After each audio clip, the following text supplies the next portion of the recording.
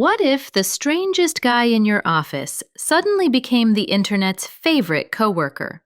You know who I'm talking about. That awkward man with the bowl cut, the mustache, those huge magnifying lens glasses, and a misplaced sense of confidence. He drinks White Claws at work. He plays pop music during meetings. He says things that sound almost right, but never quite are.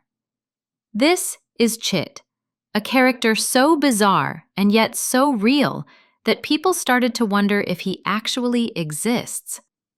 In today's video, we're diving deep into the story behind Chit, how this weird little office man was born, how he exploded across TikTok and YouTube, and how two comedians turned a simple sketch into one of the biggest short-form comedy universes online.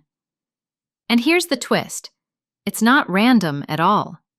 The people behind Chit are trained professionals, veterans of one of the most legendary comedy schools in the world.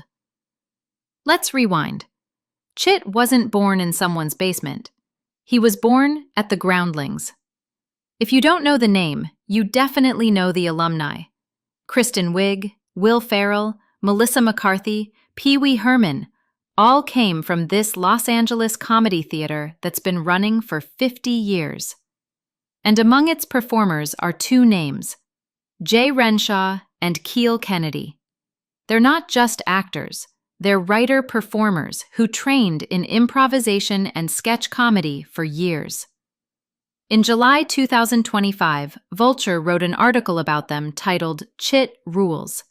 It described Chit as the star character of a new short-form comedy series co-created by Jay Renshaw and Kiel Kennedy of the Groundlings Theatre in Los Angeles. The article called them Groundlings Lifers, people who perform there constantly, honing characters week after week. So this wasn't luck. It was the result of old-school sketch discipline meeting modern social media.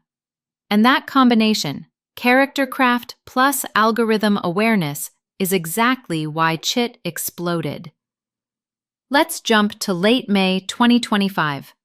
That's when the Chit Show appeared online.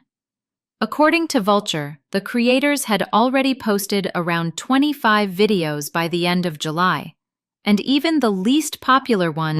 Then came the lore. As Vulture put it, an extensive lore starts to unfold. The more you watch, the more you realize there are side characters, running jokes, and callbacks, just like a sitcom. Now, let's talk about that look, the bowl cut, the thick mustache, the glasses that magnify his eyes by 50%. It's cartoonish, but also weirdly plausible. Vulture described him as a man who looks like a character Will Forte might have played on SNL. That comparison is spot on. Forte's characters are usually absurd but oddly human, exactly what Chit embodies. And then there's the writing. Every Chit video uses miscommunication as a weapon. The most famous example? The black purse clip. In that scene, a coworker thinks Chit just said something deeply inappropriate, black person. But what he actually said was black purse. The misunderstanding spirals, the tension builds, and Chit just doubles down in his oblivious way. That video alone crossed 60 million views across platforms. There's also the Pink Pony Club moment, where Chit drowns out criticism by blasting a pop song through his earbuds. And the White Claw gag, where he's clearly drinking at work and somehow doesn't think it's a problem. But the real secret? Chit isn't just chaos. He's innocent chaos. He genuinely thinks he's a model employee. That contrast, confidence versus cluelessness, is what makes him magnetic. As the summer went on, the channel stopped looking like a random sketch feed and started looking like a full TV series. Episode titles began to sound serialized: Meeting the Founder, Lights Out, Breaking into Corporate. By the end of August, there was even a finale. The uploads were structured, timed, and consistent, and on YouTube, they eventually stitched the whole thing into one massive Season 1 supercut. This wasn't a collection of sketches. It was a show, and that was the point.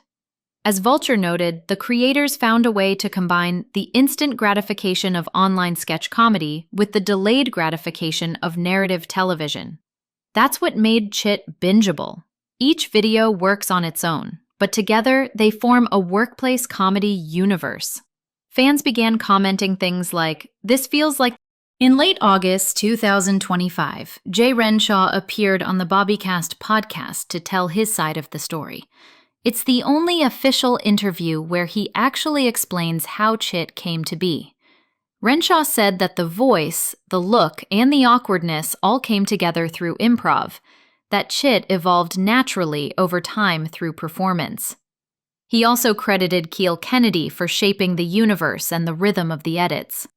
In that same conversation, he talked about his near miss with Curb Your Enthusiasm. He almost had a role on the show, but didn't get it.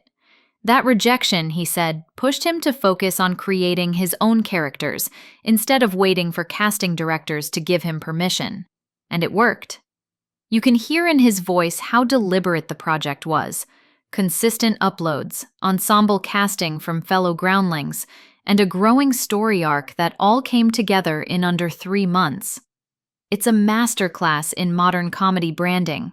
Character first, platform second. Over time, certain moments became canon. The "Do It Lady" birthday card became a recurring catchphrase. The evil face moment, where Chit looks straight into the camera like a villain, turned into a fan meme, reposted thousands of times on TikTok.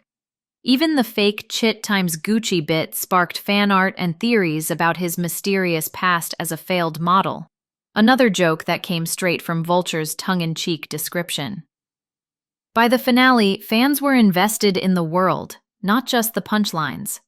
They wanted to know if Chit would get promoted, fired, or end up running the company.